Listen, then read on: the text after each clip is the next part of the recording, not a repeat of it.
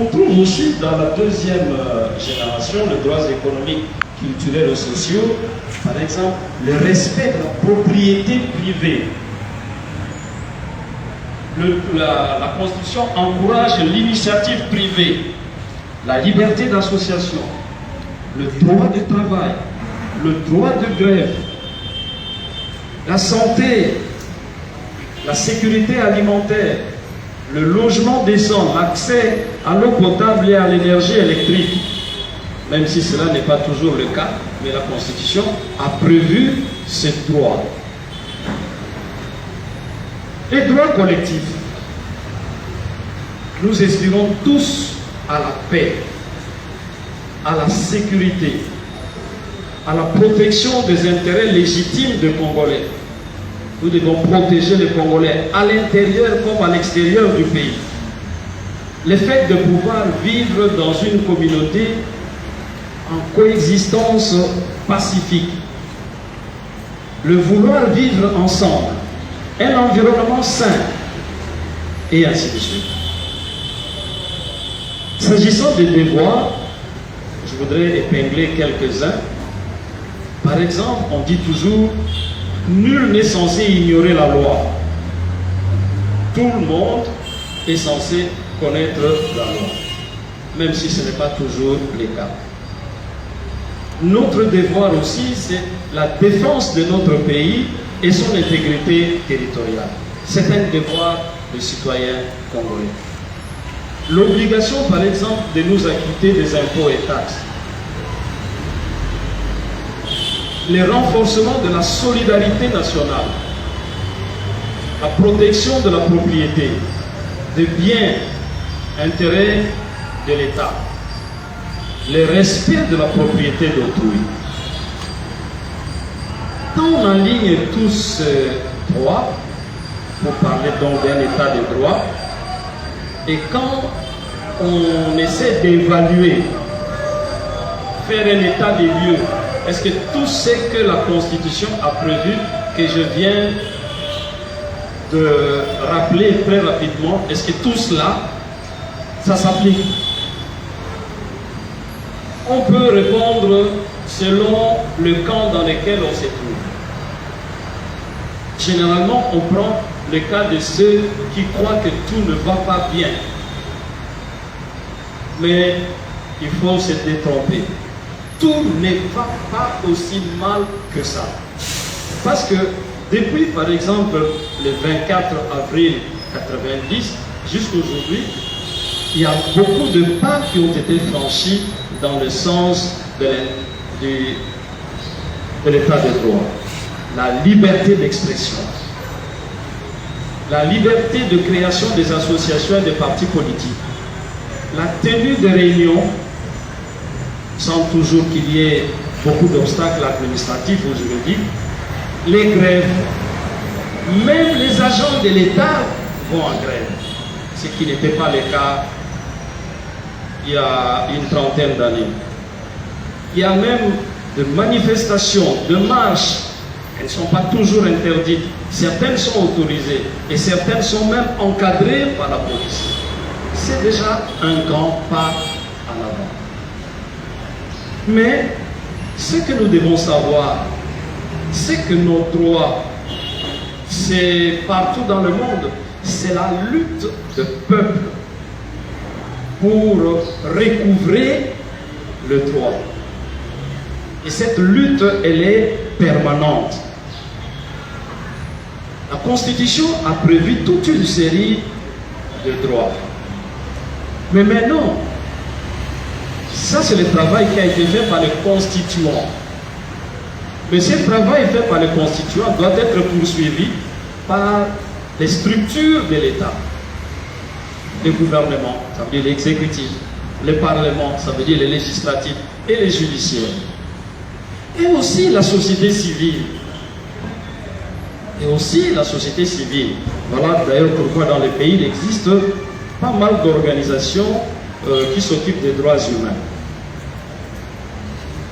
Mais malheureusement, on s'aperçoit aussi que beaucoup d'entre nous, hommes politiques, officiers,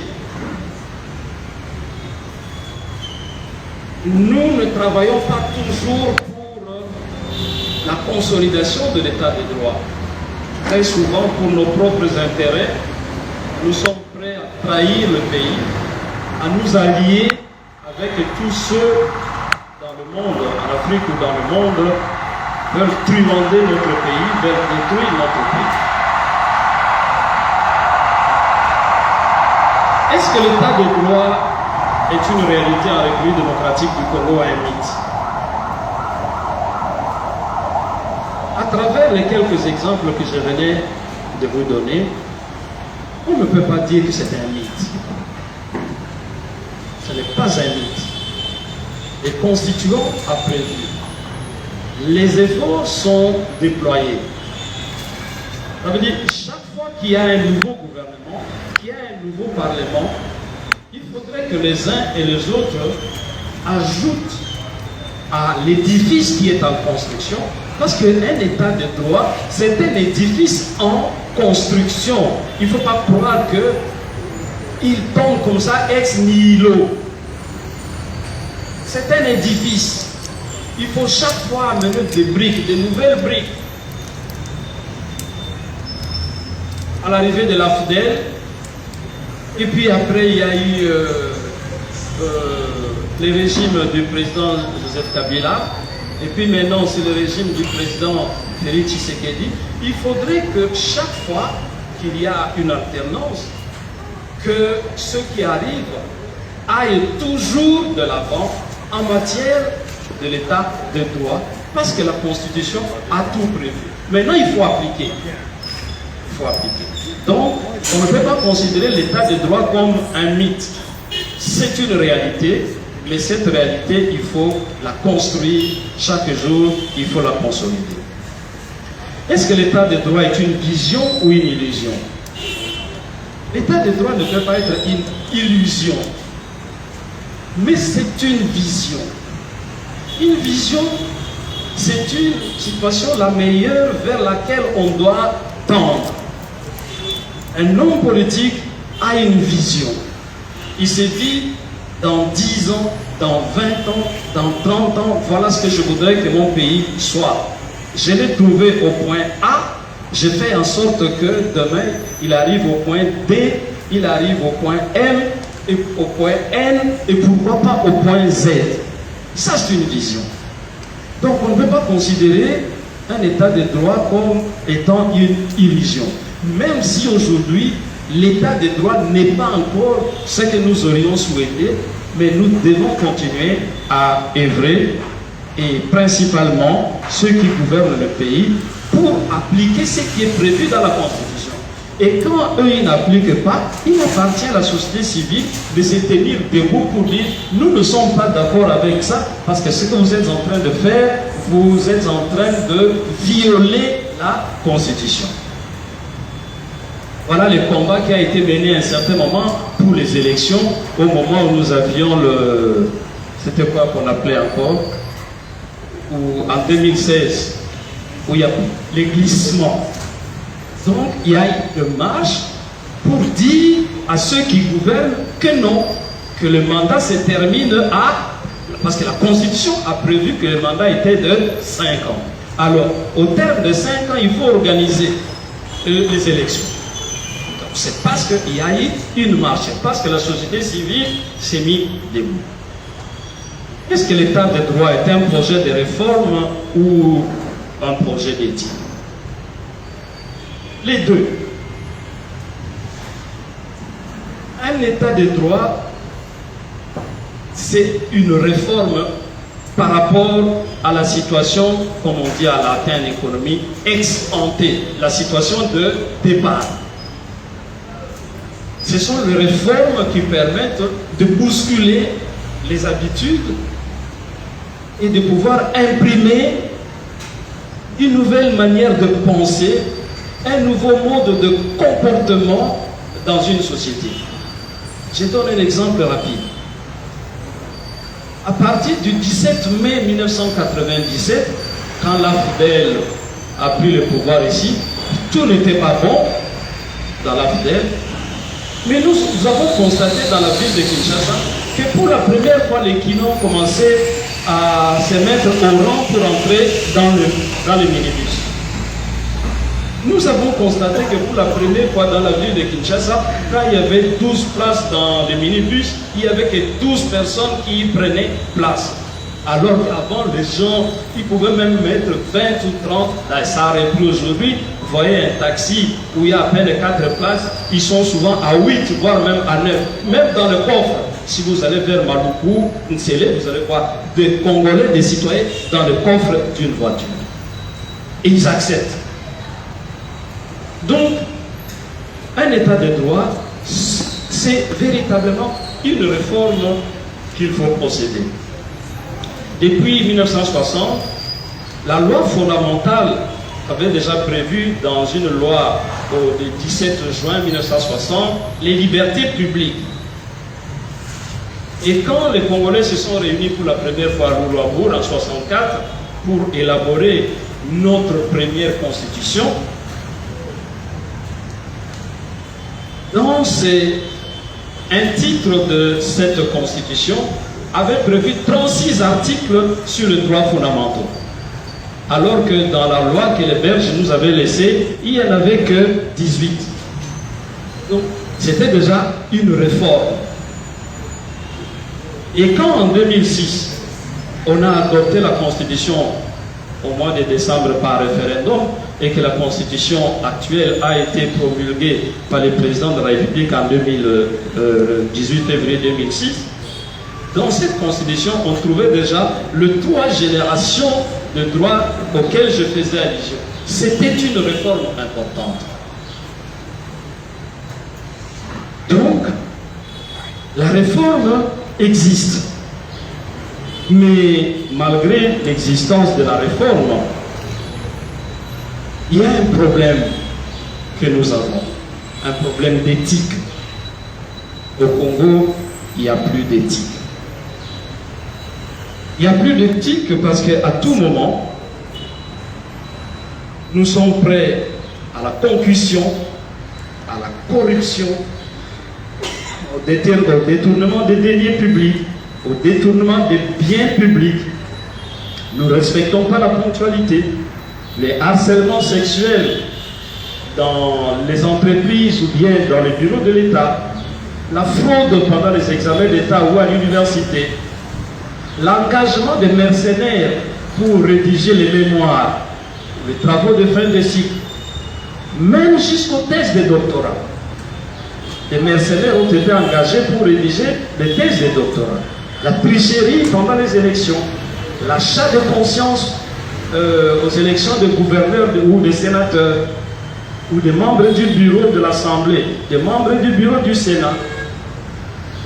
La corruption chaque jour des députés et des sénateurs. Donc, il y a un sérieux problème d'éthique qui constitue un obstacle à la consolidation de l'état de droit. Alors, chers frères et sœurs, et conclure. J'ai toujours l'habitude de dire, je l'ai déjà dit dans quelques émissions, au Congo, dans notre pays, nous parlons état de droit. État de droit, c'est chaque jour. Le terme, le concept est même galvaudé. Mais nous ne parlons pas de l'État. J'avais commencé au départ par définir un État et puis l'état de droit. Il n'y a pas d'état de droit sans État. Il n'y a pas d'état de droit sans État. Chez nous, comme l'abbé Peter le disait dans une de ses prédications, il y a trop de discours. Il disait Toti Kananoba, discours. Voyons un peu, nous parlons de l'état des droits. C'est des discours, c'est des slogans. Est-ce que nous avons un État? Je vais vous donner quelques exemples pour vous montrer que nous avons des sérieux problèmes. Au niveau national, il y a des groupes armés étrangers et nationaux qui contrôlent des grands espaces de notre territoire, qui lèvent des impôts et taxes à leur profit, qui exploitent nos ressources naturelles à leur profit, qui nous impose une idéologie nouvelle, des modes de pensée, qui tuent nos frères et sœurs en toute impunité. Ils les chassent de leur village et ils occupent ces villages en conquérant. Pouvons-nous dire que nous avons un État? La défense et la sécurité de notre pays sont confiées aux forces étrangères. C'est le Rwanda qui doit entrer pour nous aider à lutter contre FDLR. C'est l'Ouganda qui doit entrer pour nous aider à lutter contre le prétendu ADF. Tantôt c'est l'armée burundaise qui entre pour lutter contre les rebelles burundais. Tantôt c'est l'Angola qui entre dans le Bas-Congo. Tantôt c'est la Zambie qui entre au Katanga. Y a-t-il pas là un problème? Troisièmement, est-ce que notre État, notre gouvernement, a-t-il une politique claire de la population, une politique d'identification nationale? Est-ce que notre gouvernement dispose-t-il de données démographiques fiables? Est-ce qu'il délivre une carte d'identité? Pour avoir un passeport, il suffit d'amener son attestation de perte de pièces. Il suffit d'amener sa carte d'électeur. Or, n'importe qui peut avoir une carte d'électeur, n'importe qui peut avoir une attestation de perte de pièces. Vous savez à quel prix nous pouvons l'avoir dans un commissariat de police. Est-ce que notre pays contrôle-t-il les ressources naturelles de notre pays? Quand vous êtes à l'est du pays, le bois sort, le café, le cacao, l'or, les diamants, les coltans, les niobiums, les cassitérites, le cobalt. Au sud, le cuivre sort, l'uranium sort, à l'ouest, le pétrole sort. Est-ce que l'État existe? Au plan provincial et local, pour aller plus vite, l'insécurité sévit d'une manière endémique sur l'ensemble du territoire national. Une maman venait à la messe le matin, je crois la semaine passée, on lui a ravi son sac sur l'allée verte. Ça veut dire entre 6h moins les quarts et 6h. Toutes les provinces ici du démembrement, je prends le cas par exemple la province de la Chopo avec le territoire de Bafasende, pour ceux qui ne le savent pas, c'est le territoire le plus vaste de la République, 42 000 km², plus ou moins. Mais dans 42 000 km², le commissaire, l'administrateur des territoires, il n'est même pas véhiculé. Il circule en moto. Et il n'y a pas de route. Or, la route, c'est le moyen qui permet à l'État d'administrer le pays. S'il n'y a pas de route, vous allez administrer les gens comment? Vous allez les connaître comment? Et l'est du pays, le nord, on dirait qu'ils sont laissés aux pays voisins. Les Centrafricains entrent à l'Équateur et dans la province orientale quand ils veulent. Les Ougandais, ils sont en permanence. Même quand vous dites qu'ils viennent d'entrer, c'est faux. Ils y sont déjà là. Les Rwandais, ils sont toujours là depuis une dizaine d'années. L'économie, elle est contrôlée par les étrangers, pas par l'État congolais. Alors, si vous êtes dans la ville de Kinshasa, nous sommes venus ici en moto ou en voiture ou à pied. Mais regardez la circulation routière dans la ville de Kinshasa. Les gens roulent en sens interdit. Les gens utilisent même des véhicules volant à droite. Les passagers des taxis sortent sur la chaussée alors qu'ils devaient plutôt sortir du côté du trottoir. Chaque jour, vous entendez des sirènes. Pam, pam, pam, pam, pam, pam. Donc, ceux-là, ils ont priorité. Et le reste des citoyens, quelle est leur place? Les Wewa, les taxibus, les chauffeurs de taxibus, des taxis et des taxis qui créent des embouteillages et qui s'arrangent avec les policiers. Les policiers qui reçoivent de notre argent au vu et au su de tout le monde. Nous sommes l'unique pays où les policiers demandent de l'argent sur la place publique et tu lui donnes parce qu'il t'embête, il faudrait. Il dit, chef, moi il est qui m'a cassé. Madame, moi il est. Et vous voyez les Wenze, les Digablo, dans tout le coin des rues, les Maléwa, dans tous les coins des rues, dans tous les bureaux de l'État, il y a des Maléwa. Les bureaux de l'État. Donc ça veut dire que l'État n'est pas là. Il doit être mort.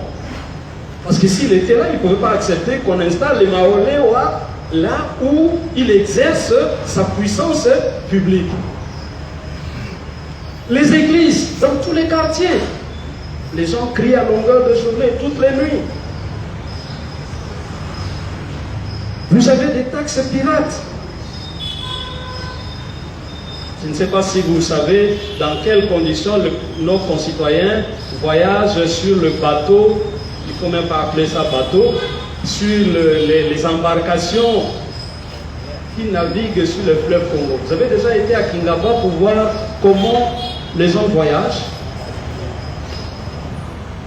Et sur la route du Bas-Congo, des gens qui sont perchés sur des camions remplis de bananes ou de foufou ou de braise, et ils sont au-dessus. Ça n'inquiète personne. En Europe, les vaches ne sont pas transportées dans ces conditions-là. Chaque jour, nous manquons de l'électricité et de l'eau, alors que la Constitution dit que c'est un droit. Alors, chers frères et sœurs, je voudrais terminer pour dire, c'est bien de parler de l'état de droit, mais nos autorités, nos gouvernements, nos gouvernants ont un effort à déployer pour refonder d'abord l'État, pour que la puissance publique de l'État s'exerce sur l'ensemble du territoire. Dans les archives de la République, on trouve que au Congo belge, il y avait 32 000 agents et l'autorité de l'État était présente partout dans le pays. Mais aujourd'hui, l'État paye à peu près 1 300 000. Alors, qu'est-ce qu'ils font? Qu'est-ce qu'ils font? Chers frères et sœurs, je voulais, avec l'occasion qui m'avait été offerte par la commission des intellectuels et des jeunes pour parler de l'état de droit, j'avais surtout voulu vous dire que l'état de droit c'est bien, mais on ne peut arriver à l'état de droit que si on a un État. Et qu'aujourd'hui, notre priorité c'est d'abord de construire un État pour que l'État soit véritablement le maître de notre territoire, et je vous remercie.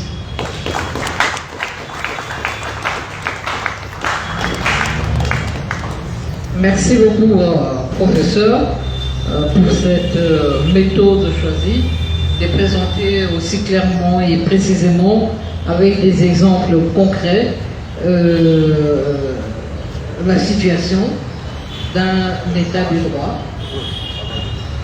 Mythe. Vous avez, je ne sais pas s'il faut que je rappelle brièvement les différentes étapes du cheminement de la pensée du professeur Mukonda Bonza pour exprimer le thème qu'il a développé pour nous. État de droit, mythe, vision, projet de réforme ou d'éthique. Il a d'abord défini l'État. Qu'est-ce qu'un État? Ça s'est défini comment? L'État, par son espace, sa population, la puissance publique représentée par ses organes exécutifs, législatifs et judiciaires, mais également par la culture que l'État a, la culture de l'administration, de la gouvernance et de sa capacité. Alors, l'état des droits, c'est quoi? C'est la soumission de tous aux droits. C'est la soumission de tous aux lois de la République. Il y a des droits civils et politiques, des droits sociaux et économique, les droits collectifs. Il n'est pas pessimiste, il dit qu'il y a quand même des projets qui ont été réalisés depuis le 24 avril 1990 et souhaite que les acteurs politiques et de la société civile contribuent à la construction de l'état de droit. Pour le moment, ce n'est pas le cas d'une manière générale. Alors, l'état du droit, c'est un mythe? Non, ce n'est pas un mythe. Et les efforts doivent continuer à se faire pour la construction d'un état de droit. État de droit, vision ou illusion? Non, ce n'est pas une illusion, c'est une vision qui, chacun qui arrive doit œuvrer pour faire appliquer la Constitution et les lois de la République. C'est cela l'état de droit, et donc c'est une vision.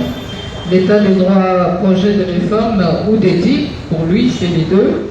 La réforme a commencé déjà depuis la constitution de Labour, et puis il y a eu les différentes constitutions de transition, et puis finalement la constitution du 16 février, 18 février 2006. C'est vrai que l'État ne maîtrise pas toujours tout dans notre pays, notamment les statistiques démographiques, l'identification, le contrôle des ressources naturelles, l'insécurité dans toute l'étendue du territoire. Il n'y a pas d'infrastructure pour communiquer toutes les provinces entre elles, et l'État doit fournir cet effort-là dans la gouvernance pour pouvoir contribuer. C'est sa conclusion. Les gouvernants doivent redoubler d'efforts pour construire l'état de droit. Voilà. Maintenant, nous allons procéder aux questions et réponses pour cet échange. Je vais procéder de la manière suivante. Nous prenons 5 questions, une première série de 5 questions. S'il y en a encore, nous allons prendre une deuxième série, s'il y en a encore une troisième série, mais nous avons dit que nous allons rester ici 1 heure, et même si maintenant il fait moins chaud qu'au départ, et c'est très intéressant, et je souhaite vraiment qu'il y ait une interaction avec ça. Je vois il y a 2 questions, 2, 3 mains ici, 4 mains ici, 5 par là, et donc je vais prendre 2 ici et 3 là-bas, et puis on va continuer. Alors, je commence par monsieur qui avait levé. Présentez-vous et posez votre question. Merci. On prendra 2 ici et 3 là-bas, et puis on reviendra.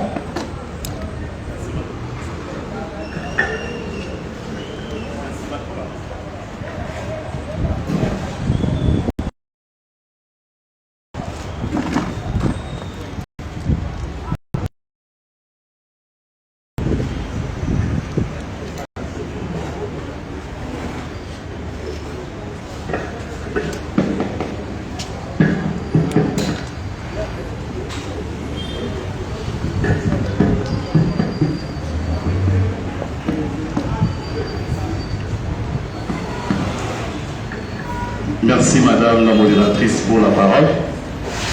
C'est Maître John Mwamba, ce juriste. J'aimerais avoir une question en profession. M'acquitter le devoir de remercier l'abbé Curé pour cette opportunité, de nous permettre cette conférence et surtout d'avoir en face de nous des notabilités de haute facture pour animer cette conférence. Professeur, félicitations pour votre exposé. J'ai 1000 questions à vous poser parce que le thème est très intéressant. Vous avez fait l'état de la question. Vous avez suscité plusieurs sous-thèmes dans votre conférence. Vous avez notamment rappelé l'urgence de recréer l'État.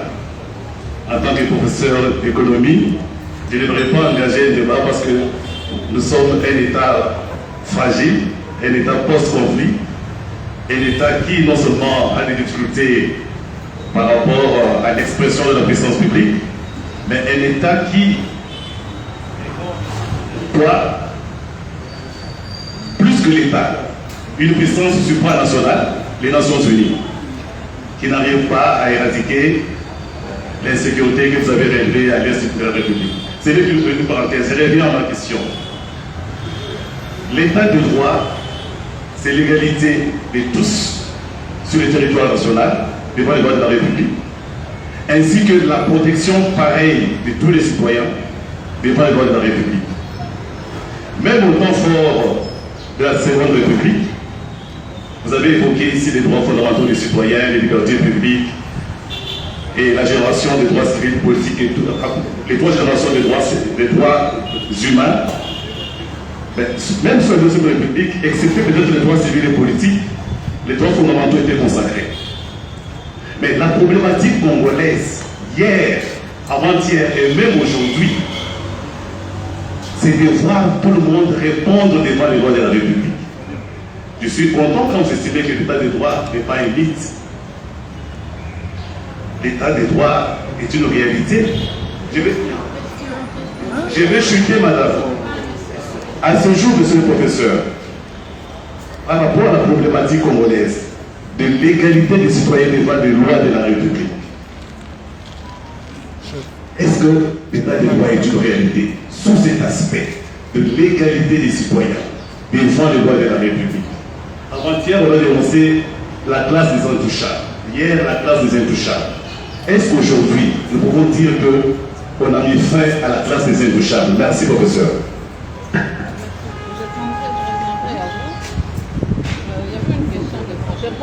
Derrière et devant, et puis on revient.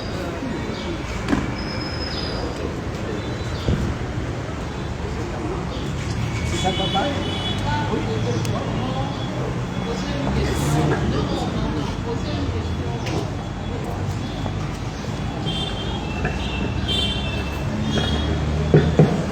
Merci Madame la modératrice. Je n'ai en fait pas de questions. Mais c'est une toute petite contribution au débat qui vient de commencer. Mes félicitations au professeur Valentin Mokonda-Ponza.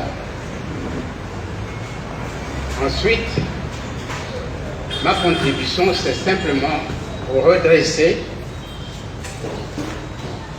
le résumé que la modératrice nous a proposé, que je remercie infiniment aussi, parce que dans sa conclusion, elle a dit que nous voulons un état de droit et donc nous devons travailler pour créer un état de droit. Vous m'excuserez, le professeur Mokonda-Ponza a fait un exposé où il a bien souligné, et c'est clair dans ses conclusions, qu'avant de parler d'un état de droit, il faut d'abord que nous ayons un état. Un état, c'était son dernier mot. Madame, excusez-moi, vous avez fini par dire qu'il faut un état de droit. Alors c'est ça que je voudrais rectifier parce que ça va influencer le déroulement du débat. Parlons-nous d'un état de droit lorsqu'il n'y a même pas d'état, car c'était ça qu'il a souligné. Merci beaucoup.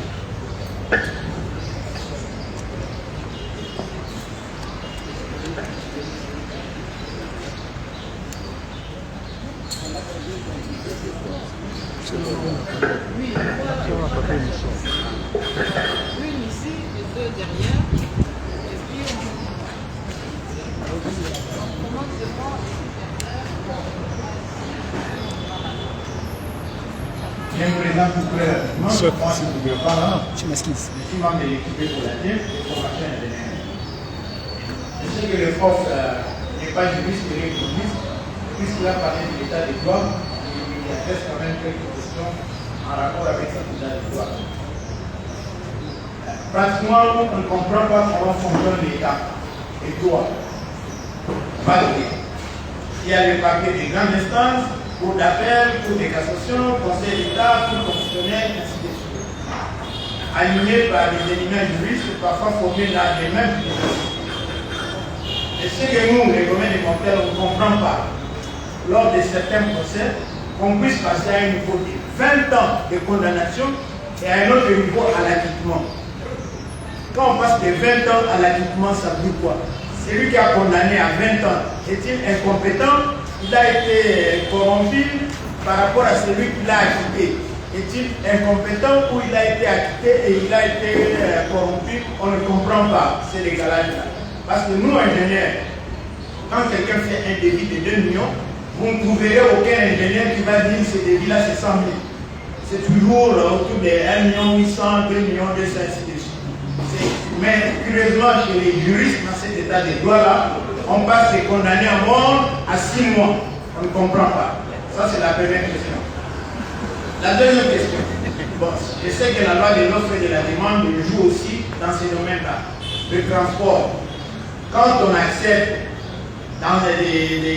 que quelqu'un prenne une place dans un taxi qui a déjà 8 personnes, c'est qu'il a le choix. Ou bien il attend pendant 2 heures un autre taxi à 4 places, ou il les prend. Ça, c'est un problème de la loi de l'offre et de la demande. Un autre commentaire,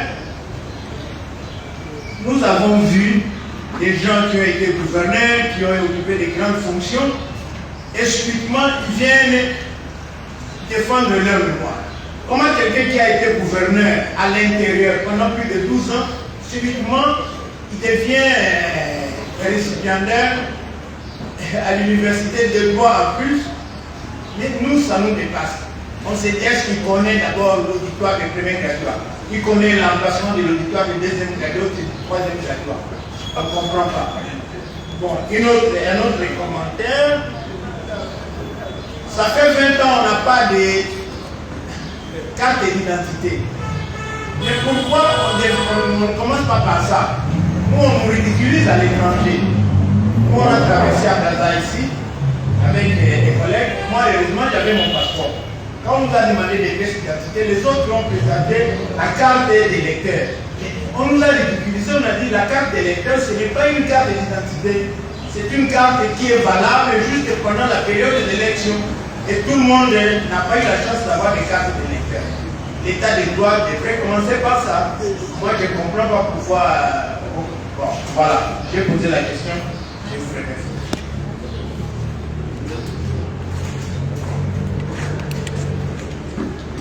Merci, prof, pour votre intervention. Moi, je vais passer directement. Bon, je me présente d'abord, Joseph Kabouika.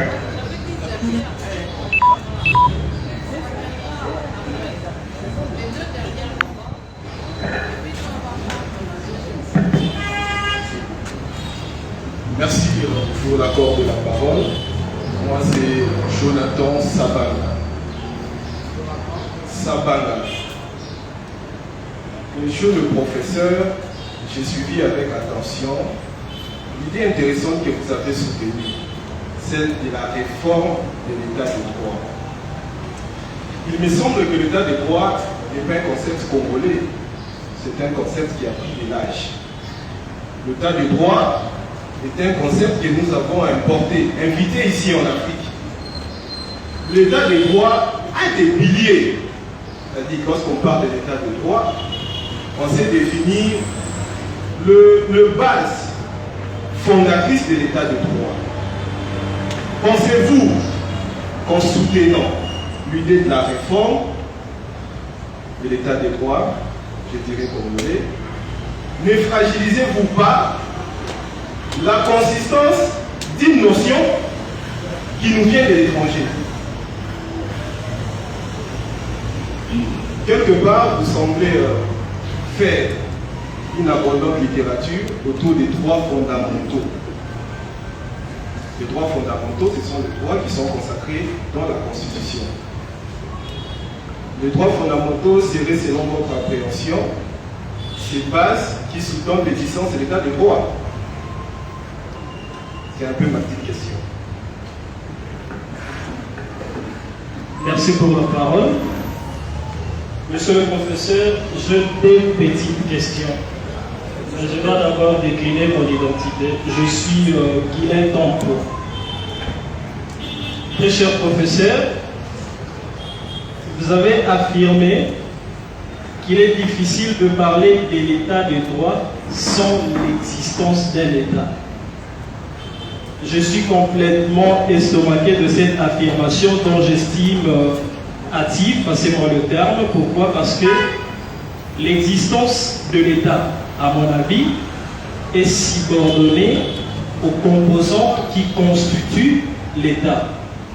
C'est-à-dire, on peut parler de l'État lorsque nous avons une population, on peut parler de l'État lorsque nous avons un gouvernement, on peut parler de l'État lorsque nous avons la puissance publique ou bien la souveraineté. Peut-être il y a une certaine fragilisation de la souveraineté qui édulcore l'existence de l'État de droit. Mais en réalité, l'existence de l'État, excusez-moi, mais en réalité, l'État existe au travers de ses composants. Alors, quels sont les critères qui vous animent à confirmer qu'on ne peut pas parler de l'état des droits lorsque l'État n'existe pas, alors qu'en réalité, les composantes de l'État sont là? Ça, c'était la première question. La deuxième question. Vous avez ici confirmé, monsieur le professeur, que l'état des droits est aussi une réforme. Peut-être que je peux me tromper, mais en nous suivant religieusement, vous avez confirmé cela. Est-il opportun de parler de la réforme de texte pour parler de l'effectivité de l'état de droit, aussi longtemps que dans notre pays, il y a une certaine inflation des textes. Nous avons beaucoup de textes. Malheureusement, ces textes ne sont pas respectés. Ce qui peut-être peut m'amener à confirmer que l'état de droit, au regard de l'article 1er de la Constitution, l'état de droit existe. Mais seulement le respect de textes qui régissent le fonctionnement de l'État pose problème.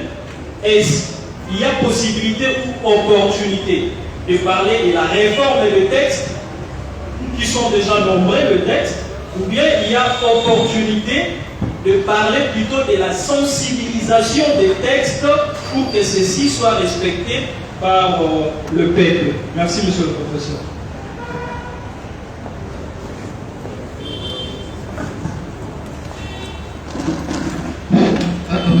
Merci beaucoup. Là, c'est la première série de 5 questions. Avant de donner, et je voudrais faire une observation, de poser des commentaires, des questions, au lieu d'aller dans des développements, des commentaires, etc. Ça me prend beaucoup de temps. Je reviendrai à vous. On donne d'abord l'opportunité au professeur de répondre à cette première série de questions. Il y a 5 questions, mais je voudrais dire au prof Mambo, qui m'a même fait une observation, qui est économiste, Edouard Mambo. Peut-être j'ai fait un lapsus en disant que l'état des droits existe. Dans la conclusion, je crois que dans mes notes que j'ai prises ici, j'ai dit les conclusions, les gouvernants doivent redoubler d'efforts pour construire l'état des droits. C'était en résumé la conclusion du conférencier du jour. Prof, vous avez la parole. Merci beaucoup. Je vais commencer par les 2 derniers intervenants parce qu'ils n'ont pas fait attention à ce que j'ai dit. Ils ont été distraits. Je n'ai jamais dit qu'il fallait faire la réforme de l'état de droit. Dans les thèmes qui m'ont été proposés par la commission, ils se sont posé la question, est-ce que l'état de droit est un projet de réforme? C'est à cela que j'ai répondu. Donc vous m'avez très mal saisi. À l'avenir, faites attention pour bien suivre le conférencier. À John Mwamba, c'est vrai que les intouchables existent. Ils ont existé, ils existent, et peut-être qu'ils existeront encore. Mais le grand rapport dit justement, si nous voulons arriver à instaurer réellement un état de droit, Il ne faudrait pas qu'il y ait d'intouchables. Parce que nous sommes tous égaux. Nous sommes tous égaux. Je ne voudrais critiquer personne. J'ai essayé de parler en général, pas des choses que je vante, pas des choses que j'ai rêvées, mais des choses auxquelles chacun de nous vit au jour le jour. Alors, mon frère,